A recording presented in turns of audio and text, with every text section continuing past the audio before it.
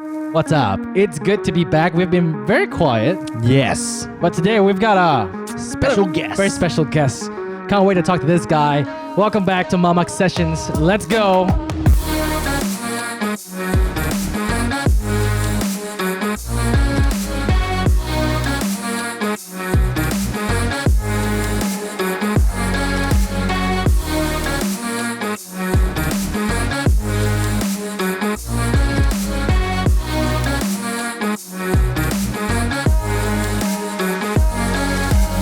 You know, some people told me that the intro was a little bit too long. No, is it? I don't care. It's like, it's good music anyways. No, the whole idea is for you to just prepare yourself. You know, Brace yourself. like go for get all the a speaking. cup of coffee or whatever. But what if they're listening in the car? Like, where are they gonna go? You Well, get what I mean? They could shut their passenger up and Is pay it? attention to what we're about to say for the show. Yeah, I don't know. How have you been, man, Ryan? I've been good. I've been tired. Yeah. It's been a crazy month, so it's gonna get crazier. Yeah, we okay. Just so you know, we've been kind of like trying our really best to put out content Yeah. on our YouTube channel, but at the same time, we're doing a lot of commercials as well. Mhm. So please bear with us. But enough of that. Today's guest. Okay, here's the back end story. I tried to get in touch with him, and he's really busy. He's a really busy man, and He's a we really were set. successful man. Very successful. See, successful people confirm busy one. They Yeah. don't lie. Okay. And we were set to actually have an interview session. Then all of a sudden there was this virus going around called coronavirus, and all of a sudden we went It's into a no big deal, lockdown. just COVID-19 only. Yeah, and I was like, yeah, maybe we don't have it because it's not the appropriate time. But really happy to have you back at the show today, ladies and gentlemen. We have Bryan Loo. Hi guys. Thanks, Jin. Thanks, Ryan. Bryan, okay, of course, someone like you needs no introduction, but for our listeners who are listening for the first time, could you please explain to them what you do? Okay. Yeah. I'm selling bubble tea. Okay. He's trying to be so humble. Yeah, you it's just know. like I'm selling like as if like the auntie would sell. Oh, I just sell nasi lemak by the roadside only. Yeah. So every time he says that, let me translate. Sorry, he owns a bubble tea empire, and that's wow. just the start of it. It's a Sorry, go on. Yeah. So I started F&B company to be more specific that related to bubble tea. About 10 years ago. So today we managed to grow into multiple brands. Yep. And then we have about 500 stores nationwide. Exactly. Wow, Guys, 500. we're speaking to the head honcho Wow. of Tea Live, whereby my staff always takes advantage of the every Thursday. What is it? Tea Life deal. Yeah. It's like, it's like a thing where everybody goes for lunch, you have lunch. And after lunch, there's Tea Get Tea Live.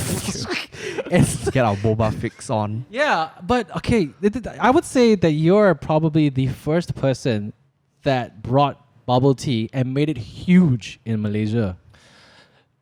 I don't think we claim ourselves as first pioneer in the industry. I think we came in early to modernize the industry. Yes. I think before that there was a lot of more older players Yeah. and a bit more old school, and then you see a lot in Pasar Malam. Yeah, exactly. A lot. That's the kind where I remember it's like the melon bubble tea and they put the powder. That Actually, one, if, right? if you can remember, right, about 10 years ago, when people talk about bubble tea, the first reflection is started from Pasar Malam. Yes. Yeah. So I think if you can imagine, that's how difficult the early journey looked like. Because every time when I was telling people that, long time ago, I wanted to start a bubble tea, right? The first statement is, why do you graduate from Australia and then you go and sell bubble tea in Pasar Malam? That's the first statement. Oh man. Yeah. But it's yeah. I mean, Pasar Malam, right? The bubble tea was supposedly like, oh, I got melon juice, I got orange juice, and I got guava juice. Yeah. It's not even tea. To give you're you, right. to give you added value, I put some black things inside and let you chew. Yeah. That basically sometimes and it's inconsistent. I think Ryan's right. They are not even tea. It's not even tea. They're just currying powder. Yeah, Yeah. exactly. Yeah, It's that the time. flavor. It's the flavor only, and there's no tea in there. Yeah. Then what made you kind of like sort of transitions? Okay, I know this sells in Pasar Malam. And today it's different because you don't get it in Pasar Malam. It's in malls, Yeah. right? You have stores in petrol stations. You have in malls. You have in atas area. You have in you're everywhere. Yeah, you're everywhere. So how did you kind of vision? Like, was there a vision for you to bring something that is so like humble to make it something like such a big empire it is today? So I think the simple question is, do we ever see we can come to this far? I think the answer is clearly no. Mm-hmm. So I think every time when we first started our stall, our first vision is to open 2 stores. I see. That's all. And the first question my dad asked me, right, how many stores do you envision when you first started your first store, right? How many stores do you envision that you will eventually open? 10 stores. 10 stores. 10 stores. So that's your goal. That's our goal.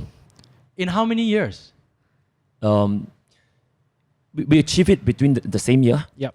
but the first and second store take us 6 months. All right. But the second store and 40 stores take us within 1 year. Oh wow. Wow. So in that 1 year, the growth has been way exponential. No, actually, when we open up first store and second store, right, the most we can ever see ourselves, 10 store.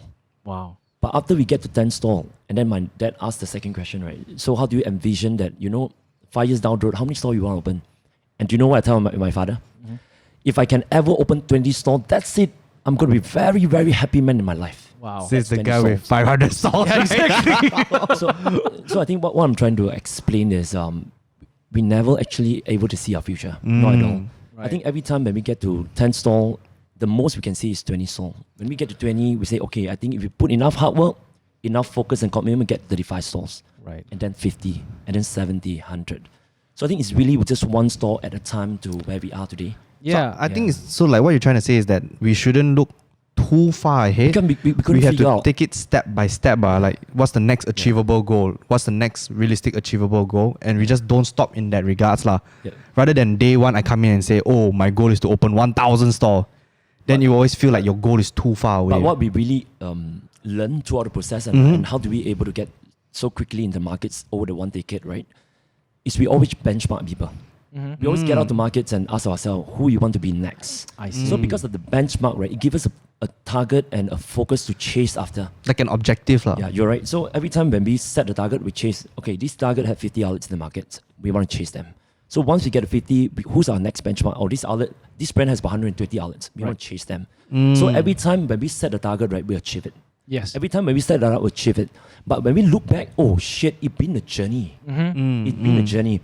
So what we learn is it's not chasing about the number, but always chasing about the targets. Oh wow. But of course, when you chase targets, the numbers come in too after that. Yeah. Yeah, naturally. I mean, like you're improving yourself, you're improving your business. Yeah, everything will grow together. It's insane because when I think back then, I think this has almost been 10 years, right? Yeah. Back then, when you brought the bubble tea down, you brought it with another brand. It's called Cha Time. Yeah. That was the only bubble tea brand that basically has a line in front of them. Yeah, you've had a lot of these dessert stores and whatever not. Yeah. I mean, I think after that spawned the whole dessert trend, Craze. Yep. right? Yep. After the whole bubble tea trend, then there was this snowflake or dead flake, every Taiwan, I don't know, Cha Time was positioned as, oh, this is coming from, was it Taiwan? Taiwan, yeah. Yeah, and everybody was lining up. I remember that people were making videos. Our first video on YouTube was also lining up in front of a Cha Time store. Yeah. Yeah. And I remember, I remember this. I think when we were seeking for sponsorship to shoot in Australia, Cha Time were the first. I mean, your company was the first to actually sponsor our flights to go to Australia to shoot. And there was a Cha Time in Australia, in Melbourne as well. Was that by you guys as well? No, different people. Different people, but Yeah. it's still under the same network. Yep. So like for me, it's like they it's like how could a bubble tea brand send us all the way to Australia and do stuff there? And then when we came back, you started opening here, there, and everywhere. And next thing you know, it became sort of like a trend. It became like sort of like a part of a culture. Yeah. I think we've been through this whole cycle of 1 decade, right? We've been through four times we call it wave. I think the latest wave was just recently and then it died off. Yeah. So when people say it died off, actually we've seen it 4 times. Wow, really? Yeah. So people say that, how do you look at the wave this strong? How do you look at the trend? Actually, we've been through, done that 4 times. Wow. Yeah. And every time, the cycle is always the same. I see. It was so clouded, it was massive elimination. Wow. And then back to the last few players. And the last few players skill to next level. And then the next wave come again. And then because that wave, these few players skill to next level. Right. So it's always cycle, keep coming back again.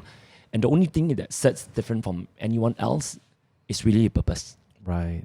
And okay, so halfway, like throughout your journey, and you brought the brand down as Cha Time, and then halfway, I mean, it was all over the news. You decided to kind of branch off from Cha Time and start your own brand. Yeah. So what was that transition like? What was it like then? What happened there?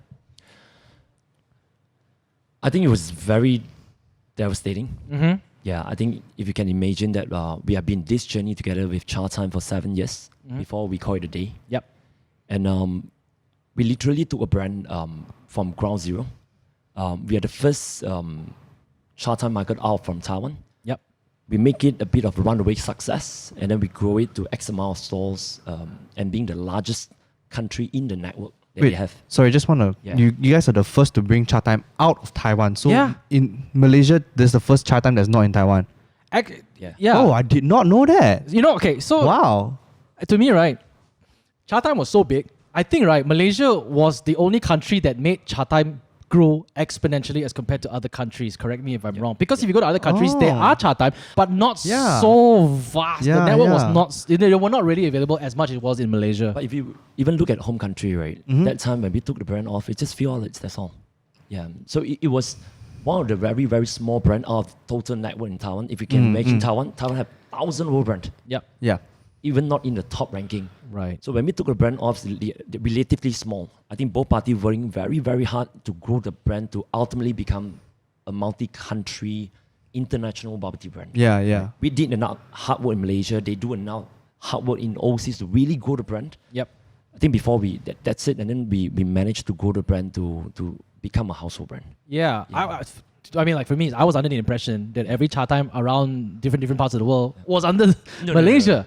You know, there was even, I mean, for me, right, there were rumors even going around saying that, no lah, Chatime is actually not from Taiwan, actually Malaysian made. They just say made in Taiwan to make you think it's international. Actually, People even think that. if you understand enough, in fact, a lot of Malaysians thought that it was originated from Malaysia. Yeah. Yeah, I also thought, because I saw so much more of you.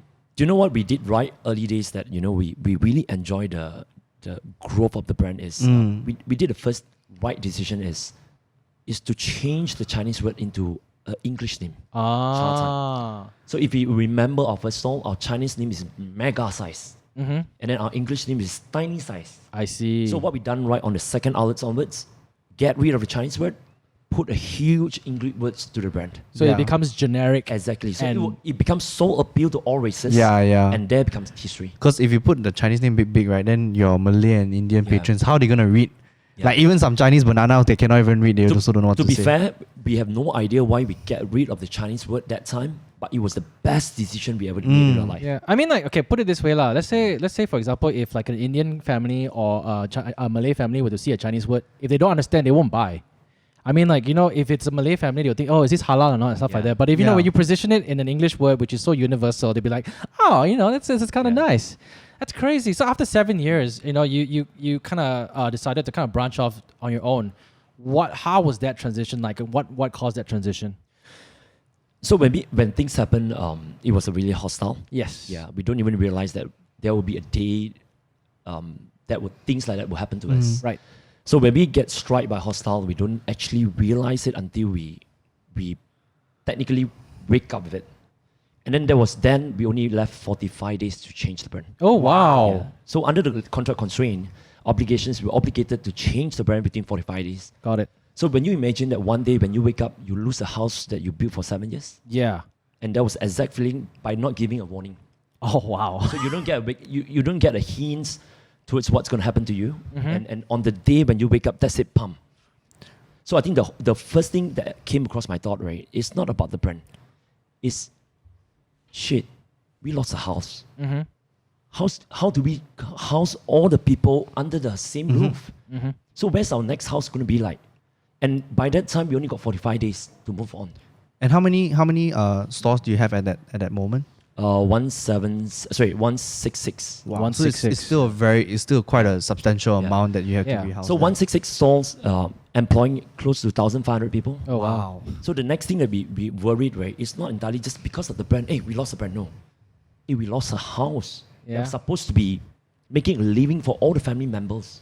Today, we're losing it over the night. Yeah, 1,500 people could potentially lose their jobs. So that's our first thought. And then second thing, we know that exactly we only got 45 days. So what should we do next? So I think there's a lot of, if you understand that scenario, there's so much 1,000 moving parts happening on the same day. You got PR nightmare, Yeah. PR litigations, legal issues, landlord calling calling at you and then trying to understand the issue. Oh, why? What's happened? Shit, what's going to happen to tenancy? Stakeholder calling you, customer calling you. Oh, wow. So there's 1,000 moving part on that day, right? It's tremendous. It's not that day, but that period of time. That's the only period, I couldn't sleep.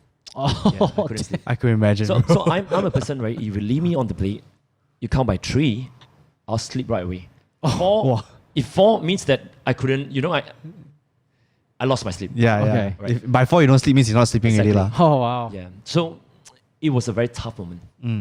So I think in a nutshell, how did that come along is, in historical, you can understand we were starting from ground zero, and so that our ex-principal was starting from ground zero. I think what we did over the years is 5-6 years is we really changed the brand. Right. We really changed the industry. We really cultivate bubble tea into something people familiar. Not to say that it become a household, but it becomes something really familiar. People will go and hunt for it. It became a culture. It becomes like, you know how it just becomes a part of a conversation? Yep. Like, every toothpaste is called a Colgate. Yeah. You know what I mean? Every bubble tea now is called a Tea Life. We try to get to that aspirational, but I feel that it really brings us a tremendous work to really get that across to become so-called a habit. I think the relationship went on the other end. Right. Over the time, I think most tangible is because if I can draw a logic to you, then you can truly understand about it, right? Is the more store you expand, the more expensive the ingredient become. Yes. So where is the economical skill? Right? Mm-hmm. We have been growing the brand tremendously, and that was so difficult for every time we try to expand the brand. Mm-hmm. So I think what it pulled the relationship apart is when our ex-principal went on and listed the brand on the 5th years. I see. So they went on a nobody since 5 years ago, and then suddenly become the first and only publicly listed bubble tea brand in the world in 5 years. 5 years to list anything public also is quite amazing. So they went on tremendous journey, and Malaysia still being the largest partner at that network that time. Right. So I think what in a nutshell, what truly happened in the relationship is the relationship really went tense and went difficult because every time it's no longer a family driven. It's all started as a family driven business. But it became very money driven. Become a very professional driven, profit driven. Yep. The direction's completely different. And just imagine if I put you into a situation like a wet towel. If a wet towel got squeezed every single day, tell me what the wet towel is going to become. Dry, like super dry. yeah. Right. So the wet towel got squeezed for many, many years, and that's what it became. Okay. Yeah. Just like relationship. Right. Yeah. If we always try to take advantage of the relationship, how far can the relationship go? Yeah. Yeah. Then you switched to Tea Life. We move on actually. Yeah. You guys moved on, and Because we have no choice. If I articulate clearly, right, it's because we only have 45 days in the contract. Yeah. And the only way is to move on. Because if you don't move on by that time, we will have no name. And how do we operate a brand without name? Yeah. But it turned around very fast though. It was really quick. It was very we saw it, okay, this is how it was. I remember going to that store and it was called Cha Time, and the next day it became Tea Life. Straight away, just like that. Like overnight. It's like overnight. And then after that, the next week, it already became like, oh, I'm used to it already. It was a very fast turnaround. And how did you guys manage to execute something so quick? That 45 days is like equivalent of 10 years in my life. Oh. Yeah. So I give you an example, right? When you lost a house, first thing first, right? You don't know where to repair all the defect and all this because you have never been take care of the house. Just like you lost your father. All this has been done by your father. You lost it because you don't you don't repair things in the house. So overnight we lost something that we reliable, and we lost somewhere to get our ingredient because we never get ingredient elsewhere. Yeah. We just always get it from our principal. So we had to go and find our ingredients. We had to work it out. We had to understand from ground zero. And it all happened so fast that we had to mediate all the 1,000 moving parts on a daily basis. Oh, wow. And that 45 days, because grown up so much so that today thank God, when we look back, we never knew that we make it. Because at that point in time, our mindset is only one thing: survive. Yeah. We just want to survive. We just don't want to thrive. We just want to survive and get through it so that we can protect the livelihood of our people and still keeping the business running. That's all. Wow, it's crazy. And now they have 500 stores. And I read in the news that Loop Holding could be. Have you guys been? I mean, there are talks about Loop Holding being listed. And I mean, I don't really read much of the business, but it was big news. You guys are constantly in the news, and it's always about like really big expansions and stuff like that. But I remember we were in Hong Kong for a trip once, and then it was during the whole entire time where the whole bubble tea craze was crazy. Yeah. And I had a chat with him, like, hey bro, so your tea life affected with all these new bubble tea stores that are coming up, and maybe you could share about what you told me back then. So I think when we recall how we all started, right? So we understand the journey as on the day one when we started the industry. It's not about creating bubble tea hype. Creating a hype is never in the picture at all. I think what we're trying to do is modernize the tea drinking experience anywhere we planted our stores. That's our first vision. So every day we do, this is the same purpose, keep us on track of what we're trying to do right. So I think over the time we met 4Wave. We are lucky enough to meet 4Wave that really bring the trends to the next level. Right. And every time, everyone call it a trend, but we call it a culture. Yeah. That's beginning of our mindset. And that's what we embedded in our people is we never here to create a trend because trend will go. Trend will always come and go. And the only thing that will left back and people remember and lingering about it is culture. Yeah. So I think on day one, when we brought bubble tea in because we understand Malaysia has got this yum cha culture. Yeah. About 12 years and has been there for a long time. That tells us one thing. When you imagine about a decade ago, every time when people say, let's go yum cha, where do we go? Mamak. Exactly. Mamak sessions. That's the only place we go, which is Mamak. But Mamak is a generic name. It's not even a brand. It's a place lah. Yeah. Exactly. So when you look at the other hand, right, coffee, we got Starbucks, Old Town, Paparazzi Coffee Game, San Francisco, Garages. Everyone was occupied the space of coffee. But on the other hand, tea has nobody. Right. So that was the first intention. We understand that there was existing culture, but just don't have a name that represents the whole entire category. So that was the beginning of our motivation to get into the industry. And that time, because we found bubble tea, is because we went to Taiwan and really witnessed that tremendous industry. Means that every street when you go, 5 stores, 6 stores, 7 stores, the whole industry, 20 over 1,000 stores. Yep. That's like people's daily life. First question I asked myself, why would this modern tea drinking culture not being present in Malaysia? We already have our yum cha culture, which is already, by the way, people are drinking tea. They just don't drink enough tea. They just don't drink a modern tea. Right. So that was the first motivation to find a brand because we don't have know-how. I've never been to F&B before. I was biotechnology grad. Have nothing to do with F&B, and our family members, no one has ever in F&B. Right. So then I was inspired by industry, and I thought that, I want to move this thing to Malaysia.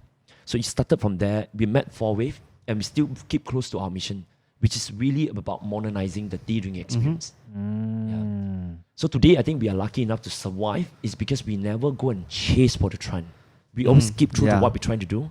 Everywhere we planted our stores, we want to make sure that we cultivate the tea drinking experience in that community. Yeah. So everywhere we go, we do the same. I mean, it's quite. I mean, like you can see that like you said, the trend comes and goes, and with it, you can like recently, I know in SS15, a lot of the stores there also have come and gone, but like tea life is still there to stay. They're not going anywhere anytime soon. I think the trend have really helps a lot of people to either find their jobs, find their career. I think in my life, I truly recognize it. I think I find a calling, and I think that calling is really, really shaped a modern tea drinking cultures in the community, and by the way, created a Malaysian-owned, very, very own brand. Yeah. And from that brand, we can span out to become really Malaysian-founded international brand. Wow. So I think it's all seed, and from one time to next, it become clearer vision. It's not that first day when I step in the industry, I want to create an international brand. No way. No way. It's only today it become clearer and clearer every time we step forward. It's basically one step at a time, lah. Yeah. And don't be too ambitious in the first go. It's like just like how you mentioned, like you thought that you're gonna be 10 stores and you're happy, 20 stores and you're happy, and now that you've got 500 stores, and we never knew that we were aggressive type of people also. We never knew that we were ever grow a bubble tea store like a convenience store. We never in a dictionary. We never knew that bubble tea had got a chance to grow like a convenience store. Yeah. But every time we just continue to stay close with our mission, and somehow the missions really lead to really grow and bloom the industry. What started off as like a bubble tea only, branched out to different types of drinks. I think some places where it's a little bit more food also. They have food as some well. Of the stores have food. Yeah. I think what we did along the way, some of the turning point, I think one of the largest turning point is we asked ourselves, how many shopping malls in Malaysia? And if we were to occupy all the shopping malls, right, where else can we grow? So, and when we talk about so much about these modern tea drink cultures, right, when we talk about cultures, we need to go to where the culture is. When the culture is, right, we ask ourselves, so where do Malaysians go on daily basis? They're not going to the mall every day. They go once a week, once every fortnight. But where do they go? They go to petrol stations. Yeah. They go to petrol stations two to three times a week to fill up, or either they go to transportation hub. That's where the daily habit is. Yeah. So then about 5 years ago, we tell ourselves, I think we are almost 70% or more there. Wow. If we continue to stretch, there's only 30% that we can go. But if we can look beyond where the Malaysian daily lifestyle is, I think we can really truly build a household brand. So 5 years ago, I think we came across with Shell, and they opened up a first opportunity for us to look at bubble store inside a petrol station. Yeah. And at the beginning, they are very conservative, and they don't think that it will works. And neither we, because we just feel that we got to give it a try. We got to give it a try because if we break through, that's it. Malaysia has 3,500 petrol stations. That's a lot of petrol stations. Yeah, our mission, if we can take down 30%. If we can take down 30%, means we have 1,000. 1,000 locations on petrol Wow. stations. On top, we have 500 over store of existing stores. Wow. That's where the market size is. Yeah. So then we spoke to the team, and we really put the team together and say, we gotta make it happen. Make it work in petrol stations. Because petrol station is the new growth. Yeah, it's the new growth. It's really where the Malaysian is. If every day they're gonna put fuel, they see you, they will one day get forced to drink. Right. So I think that's where we break through our first store 5 years ago in Shell. Yep. And we expanded about 30 over stores in Shell before we kickstart our relationship with Petronas. Yeah. So I think today Petronas we're 110 locations. Wow. That's crazy. So we got about 150 locations just across the petrol stations, and still understanding that that's just the beginning of the journey. Right. So you can fill up your petrol tank and your belly also at the same time. Okay, just out of curiosity, when you see all these new brands come into the market, right? Do you actually like go and line up and then buy one and then Market research. Market research is like, hey, this one So frankly speaking, I didn't line, but I definitely get the team to buy. Oh. Yeah. So I think, to be fair, I think we need to understand the industry. Yeah. Yeah, I think to be fair, there's a lot of excellent product out there, but we always understand that to be long and sustainable in the market, you doesn't need to offer the perfect product. You just need to offer good product. Right. Because when we look at the industry, some of the most sustainable brands offer good product, so they don't offer perfect product. You see, Consistency lah. because perfect product has a lot of constraint in supply chain operations. You can't scale. I think eventually we just want to give everyone a good product. Right. Yeah, I think that's our thought process. I think good product came from a right price point. Right Yeah. price point means people can drink you every day. They don't get broke. Yeah. Yeah. So I think this is what our mantra is. Yeah. We want people able to access to our product. We want to cultivate because it's so affordable. People can drink it for a long time, higher frequency, then it become a culture. Yeah. Tea Life is definitely one of the more affordable options I compared think it's to the most affordable Yeah. ones. Like the new ones that open up, like they'll be like $21 for a yeah. a bubble for a milk tea with like a gula melaka bubble boba, and I'm like, oh, I think it's good for industry as a whole because we have McDonald's, we have Burger Labs, and, there's always a range of products, and it's up to consumer to choose which one they like and all this. Right. But what we also believe is we want to create a really affordable product for Malaysian. okay, So that- affordable and a good product too. Yeah, if we couldn't do that, right, we couldn't live up to our expectations to go 1,000 stores Yeah. because that kind of price point, no way. hard. Nah. Yeah. no way. You see like luxury goods also, they don't open like their stores in that kind of bulk compared to a store like McDonald's. It's affordable, then they can scale up to that kind of size. Yeah, luxury That makes goods is a sense. different thing Yeah. altogether. They just like, they don't need that many stores because their price point already Exactly. super crazy. But it's amazing though because like I remember like a lot of people always say this Like when the they call it boba. Do you call it bubble tea or you call it tanji lai cha? They call it boba. Have you started calling it boba yet? Actually, boba is from US. Yeah, I know Yeah, it is. Yeah. It is. Yeah, we call it bubble tea, but the pearl we call it pearl. They call it boba. Yeah. so before the No right boba, and before we understood US had the boba trend, right? We already had bubble tea, Yes. right? Yes. I don't know. You studied in the States. When you had So like, when I was studying there was only one place that had like I would say decent boba in my whole university town there. I don't know if you heard this brand Kung Fu Tea. Yeah, Kung Fu US, Cha. US, Yeah, right? yeah. Okay. So in my town, this is the only place that we could go and get boba lah. The rest of it was like, it was kind of bad. really, and then now they like I think boba guys were the ones to kind of Yeah, like in US. revolutionize. Oh, yeah. yeah. Yeah, but Yes.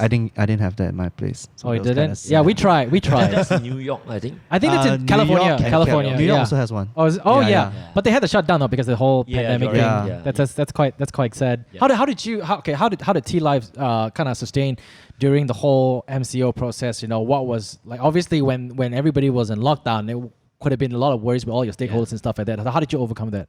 So I think no one gets spared in this whole pandemic issue. Yeah. Yeah. I think we happened to us on the same situation as well. I think what we did on the first hardest decision we made during that time is to postpone our IPO. Okay.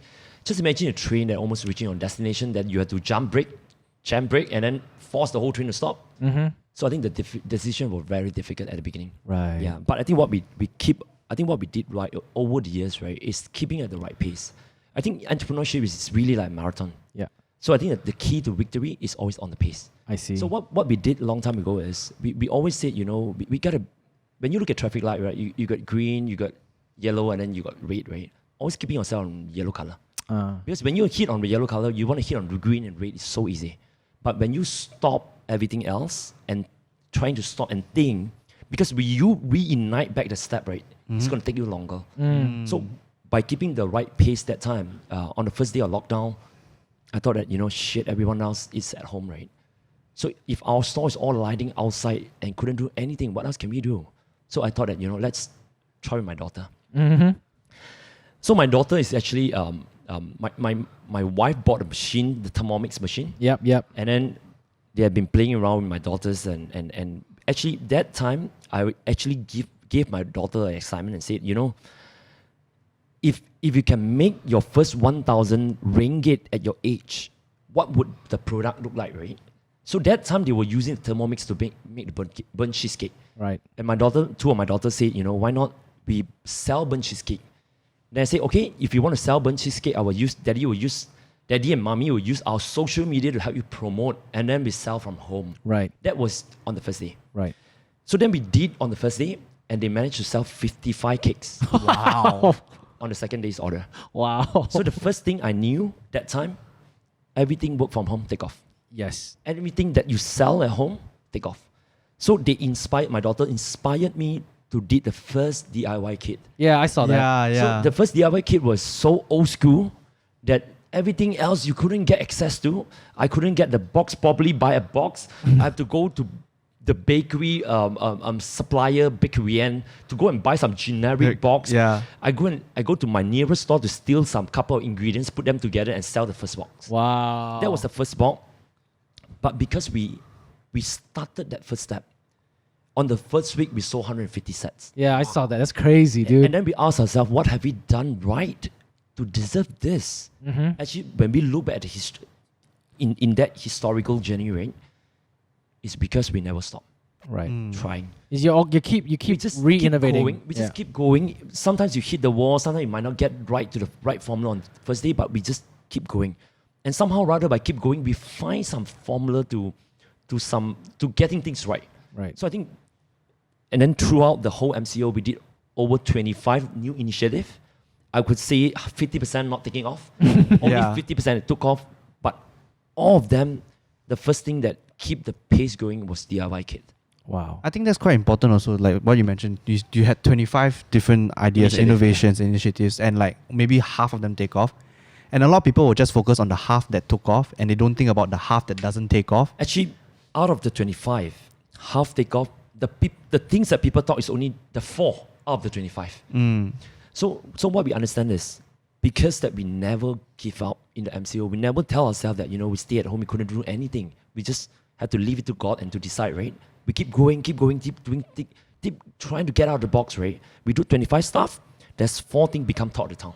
Right. Yeah. And that 4 things become really big top of the town. Yeah. And it gained back all the glories. Yeah, so that means you can't expect everything to work 100%. Yeah. You gotta focus on those that work. Exactly. And they'll overpower the rest. So we started on with the DIY kit and then it mellowed down a bit because we couldn't get our formula right later on. Because e-commerce is just not on your hand. It's just our first e-commerce project in our life. Yeah. We went on brick mortar into unknown territory, selling DIY kit on e-commerce. It's a new uncharted territory. The sales was up and down, big up, big down. And then the next thing came in was the Wars ice cream. Yes, the ice I saw cream. that. My Yep. girlfriend loves that ice cream. And that really just spiked the whole e-commerce to next level. So I think it always go from one over another. I think that's how we keep the pace going. Yeah, that's crazy. Like, it's so. I mean, Waltz is an international brand, right? yeah, it is. Yeah, to be working It's a with national brand. to be working with T Live like that and to create an ice cream, like boba boba ice ice cream. cream, it's crazy because here you have an international brand together with a brand that's homemade locally, but it's being perceived as like an international brand as well. I'm just curious though, like your kids, right? Have they ever tried any other boba tea brands? They do. Daddy, how come you cannot make like this one? Actually, they did, and they are biggest boba friends, right? Yep. So they go around and drink. Actually, in fact, if you ask me, the biggest spice is my daughter. Oh wow. Because they go around, they don't have the heart feeling. They go and see, okay, I'm going to drink this, drink that, right? Yeah. Yeah. So I got a lot of feedback from them. Oh Yeah. right. Yeah. Yeah, number 1 market researchers. They are the number 2 after the mom. Oh wow. Mom is Have you biggest. ever walked into any of your competitors' halls just to buy on your own, just out of curiosity? And then people be like, all right, all the phone cameras come out already. Hey, Bryan Loo's here. What do we do? That's hilarious. No, actually. Haven't? Yeah, Okay. haven't. I mean, like for obvious reasons. Yeah. It'll make the news, that's for sure. If you see Bryan Loo walking into the alley, it's gonna make headline news the Like next day. imagine like Bill Gates walking into like Apple Apple store. Store. It's like, what's But that? do you know the most hilarious stuff? Is all the bubble tea owners are good friends. Yeah. Okay. I mean, it's in the end, it's still like a community, right? Yeah, you're right. So all of us talk to each other, but on the outer layer, we looks like we You're got competing. Yeah. But actually, the community is so small.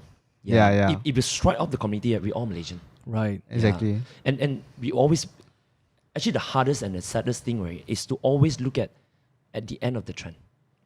If you understand us enough on this scenario, right, we've been there, done that 4 times. And every time at the end of the trend is the most hardest because all the friends that you started to know at the beginning, when the kickstart, when they ride on the wave, they got eliminated. Right. And that industry or that field become lesser and lesser people. And it's actually a very hard feeling because if you understand enough about how we all started at the beginning, right, is to cultivate culture. When you wanted to cultivate culture, you cannot rely on one brand. No way. Yeah. That's true. For when coffee becomes such a tremendous culture in Malaysia, because everywhere you go, you can get coffee. Yeah. From Old Town to Papa Rich to Mamak, everywhere else you get coffee. And if not, you go convenience store, you get Nescafe. Yeah. That's culture. So we understand for the culture to be alive for the longest time, the community and the ecosystem must be there. Yeah. Right. It cannot be a single name there. It has to be a collective. It must be. So every time the biggest, I think something very hilarious that people doesn't know about how we feel about the industry. If we saw our customer doesn't drink our drink, they drinking our competitor drink, the feeling is happy. Because the culture is alive. Because they're drinking. Yeah. It's actually it doesn't necessarily just apply on bubble tea though. It's like even YouTube. Exactly. Yeah. Like if we were the only ones doing it, it's kind of sad because there's no one to do it with us. But It when will you be very demoralized, you see. Yeah. Yeah. And by knowing the fact that the industry is so alive, Growing. motivate you. yeah. So I think what we did, so it took us 10 years to get 500 stores, right? But if you understand the store count, right, our first year to 7 years is only 166 stores. Yeah. And then within 3 years, we grow from 166 stores to 525 stores. and the growth came in the most hardest and tremendous aggressive growth was during the wave. Right. Yeah. While people thinking that, we probably got hit the most, Yeah. that was our biggest growth ever. Yeah. So then we understand that actually the trend cultivate the drinking experience. I was shocked too when I asked Bryan the question. I said that, with all these new stores coming up, what Big Whale and whatever not, is it affecting your business? And he told me in the first 3 months of this year, because of that trend, he opened 200 stores, and I'm like, holy crap! It's really driven by this idea, right? People who used to drink more. Yeah. Right. People who doesn't drink, They started started to drinking. drink. So the cake become bigger during that time. So actually, we understand that the wave really helps. Okay. Yeah, really yeah. And helps. one thing I realized also, like a lot of these bubble tea places, they at first, like back then, it was still quite a very China thing, like you can say. But now it has really like become a whole national thing. Like, doesn't matter your race or religion, everyone's lining up to get some bubble tea. Yeah. I mean, Tea Life were the first to actually cater to the mass market, to be Yeah. honest. When the new stores started opening, they only catered to the very Chinese market. And then it caused the whole massive jam in SS15. I hated going there. Yeah. I got tapao my pan also cannot. Yeah, and then straight away I was like, okay, that's it. I'm not going there anymore. Whether is it cater for Chinese, Malay, or other races, right? Actually, it's all started from right pricing. Ah. So I don't think that our competitor was started with the mean of just serving the Chinese, but I think they're just starting at the pricing that's on premium side. That's why Yes. they're just getting the different demographic compared to us. But I think what you guys, like what you said you did back with Cha Time, was get rid of the Chinese, the main Chinese words, right? I Yeah. think that also helped a lot. Because to see something like people can recognize and can read and can understand, it really affects how a consumer will like perceive the brand. So everything that we look forward, we're unsure about it. But everything we look backward, it was so clear. Yeah, yeah. It was so clear that those are the small little decisions that really brings us to next level. And it's something like you didn't anticipate, right? It's like Totally. it's just a decision Totally. you guys decided to make. Yeah, I think the gist of it is really not just keep trying. And of course, as an entrepreneur as well, I know you've grown so much, learned so much. So what would the Bryan Loo today tell the Bryan Loo 10 years ago when he was just starting off bringing this whole bubble tea business into Malaysia? I'm curious to what you tell yourself back then now. I think the only thing that I probably will just tell myself is just step on the shoulder and say, oh, luckily you never change your course along the last 10 years journey. Because we could have run on the very different path all the way. We could have earned some money and went on and do something else. Yeah. And we could have think that, we went this far, let's do something else. So I think what we have done right over the last 10 years is just focus. Focus. Yeah. And because of that laser focus, that's where we are today. I think we got approached by so many tremendous opportunity, but we always let go and let down all the opportunity because we knew that our calling is just in this. Right. And we could imagine that, I can pass this to my smaller Bryan. Smaller Bryan could pass it to smaller Bryan. Generations to come. Yeah, for longest time. So I think that's the different how we started and the different how we look at our journey. I want to dwell. Yeah. I want to dwell back when you mentioned that you had a lot of tremendous opportunities. Do these opportunities come in forms of exits? Like there's an opportunity for you to kind of like, oh right, I'm gonna get this whole big chunk and then not worry about it again. I think it's not to say it. I will not put it as it, but Yep. there's a lot of chance of opportunity to sell. Right. Yeah, to move on. Right. And I think the only thing that I cannot imagine myself is to lie on the beach, doing nothing else, just sunburn, right? Yeah. I can see myself work till the last breath. Wow. Yeah, I Okay. think that's the difference of my upbringing. I see. I was grown up in that sort of environment where business is always in the blood. And I think a lot of people found passion, but I think very little people found passions that can turn into calling. And I really want to run with it and thinking that this calling will somehow rather lead to a directions that I wanted to go. That's great. It's amazing that you say that because I'm not sure if you would think the same way. I won't say everybody's like that, but there are a lot of new entrepreneurs in the market these days. They just want to be an entrepreneur because they just want to sell. Yeah. They're like, okay, I'm going to build this company, 5 years. Okay, look for the highest bidder. They just sell. They don't kind of look at it in the long term. Jenny, if you look at the last 10 years journey, right? If I can able to recall, right, about 5 to 7 years ago, right, there's no this word of entrepreneur. Yeah, there wasn't. There wasn't this word, Yeah. entrepreneur, right? So it was so hype up, right? Everyone want to be entrepreneurial community, right? Yeah. Everyone want to create something, right? But there's always the pitfall. I think because everyone wanted to become and doesn't discover the real calling and purpose around it, people fail. So I think all in all, I think this is what we look back at the journey and tell ourselves that actually we are not chasing for our passion. We're just running and chase for our calling and purpose. I see. Yeah. Wow, that's crazy. A biochem student coming back and is calling his bubble tea. I guess you could say like bubble tea is biochemistry. If I were to study marketing and PR, I came back, Mom, I want to start a bubble tea shop. My mom, what the hell? Yeah, I'm like, but that's crazy though. It's just But the early journey was just ridiculous. Just so tough. 10 people that I would ask for, like, because the day that I really wanted to do and kick off bubble tea business, right? Cousin, relative, friend, child, friends, everyone I asked, right? 10 out of 10 answer, no. wow. And I have no idea why I've actually looked beyond that no and just go ahead and start the first one. Wow.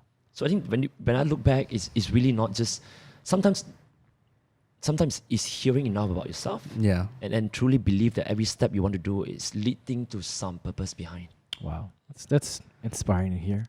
It's crazy, right? So many rejections that you've gone through, but so like those people that you approached before, now that they see where you are now, did they go, hey bro, is there an opportunity to be a part of it? Like, your partner. They'd be like, shit, man, I should have said yes when he came to us the last time. Wow, that's crazy. But along the way, we also met a lot of people who really give us a chance. Right. Yeah. And look back, if we could ever do that the same, I think that's the only thing we want to do. What is okay? So, I mean, like, you have experience doing this for the past 10 years. You have all the experience, all the knowledge in F&B. Are you applying this to all of your other ventures right now, or is bubble tea your main baby? So I think T Life still remain our main baby, and Yep. I always say that we are not good in F&B. Right. We just somehow rather we are in F&B, and because F&B contact are so huge, right? It Yeah. went from Mamak all the way to fine dining, Yeah. cafe, selling burgers, selling anything. Food is under F&B. We are just good at this small thing, selling drinks. And the only laser focus that I allowed myself to focus at is to look at beverages as the whole industry. Oh. All the way from made to order, which is on our industry, made to order, all the way to FMCG. Okay. So I think that's the area that we really truly want to occupy. And I ask myself, okay, if I ever went out and sell food, can we do equally successful? The answer is no. Okay. Yeah. And every time when we step out to do restaurants, it's a whole new different learning for us. And we fail so many times. Until we need to accept that we're just bad at it. We're just so bad at There's it, a right? point where you say like, okay lah, this enough. You should stop already. Yeah, we're just so bad at it, and then but people still call you F&B company. Yeah, we're going to start again. so we never give up, but we acknowledge our strength and weakness. Right. And we understand that the weakness is really a lot of aspirational, that things we want to do. But those areas that we are not good at is where we are trying to improve. Right. But those areas that we're good at, we should just double down without second thought. Don't think about it, just deep dive. Right. Yeah. So I think this is where we wanted to do. Okay. Yeah. That's interesting. So does that mean we can expect tea life, instant tea life in a can soon? FMCG style. I think there is. Yeah. Was that? Yes. Tea life in a can, or like No, there is. Bottle. There's a pre-made tea Yeah. life. Yes, in stores. I have bought before. Yeah. I know. Oh. So I think COVID escalated our 3 years plan. Oh wow. So that's where the 25 initiative that we put in place during Yep. COVID period was something that we wanted to do for next 3 years. Ah, So we okay. escalate that between that 3 to 4 months, and knowing exactly, it was fantastic trial for us to capitalize on that 4 months to try what we're trying to do in the next 3 years. Wow, that's crazy. And then from there, we realized, shit, we gotta strike off this not good at, focus on this area. Oh wow. So I think it was really great testing ground for us. Yeah. And I think that 4 months really tell us that, okay, we just need to focus on these 5 things. Wow, that's crazy. I think one of the really natural extension is to really went into fast moving goods. And I think one of the greatest confidence for us to tell us that I think we are ready to get to that is because of our Tea Life and Walls ice cream. Yeah. We have never extended our product beyond our own industry, which means that we extended our product into ice cream. Yeah. Something totally not related to us. We done that, it was a runaway success, and then we realized that actually the name has got the brand equity in the market. Yeah. And that brand equity allows us to really capitalize it and try to do something else that utilizing or capitalizing on Tea Life name. Yeah. So I think this is what we're trying to do over the next 6 months, to really use Tea Life name to venture into different food related stuff. I think but this is fast-moving I think goods. this is where you really make it like literally a household name already. Because when I imagine like if you move into FMCG, you go into the grocery stores and you see products you want to buy for your house, and I think this is where you really plant it. Because like a household we name. realize that physical expansion are so limited, right? Because even to cooperate, right, it's even harder and struggle because you never know that which area become locked down, which area become red zone, and will the second wave come back, right? So we realize the only way for us to truly penetrate the whole Malaysia or even beyond, right, is to go to every single channel, from retail to offline channel to online, all the way to mom and pop stores. Wow. And the only way to go to a mom and pop stores is to go into FMCG, and your bottled drinks is sitting on the fridge. Yeah. And that's the only penetration way.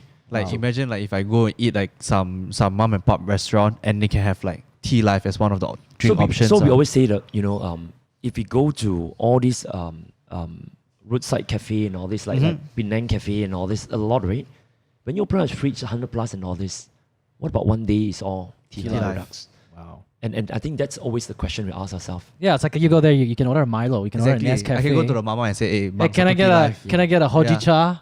Can I get can I get a fresh milk bang bang? Yeah. so there's a lot of possibility. I think once the brand has got a good equity, goodwill, I think that's when we really wanted to stretch the brand. Wow. Yeah. That's crazy, dude. They did it all in 10 years. Right. Yeah. 10 is long though. Yeah. No, it's not. 10 years fast, dude. Should we just quit our jobs and open a bubble tea store? Yeah. Hey, then, yeah. See you in 10 years. Brian, you know what? Thank you so much for being on the show today. I think there was a lot to learn just having a conversation with you. Thanks, bro. It's really inspiring. And I really thank you for really being really open and sharing Thank you. the ups and downs on Tea Life.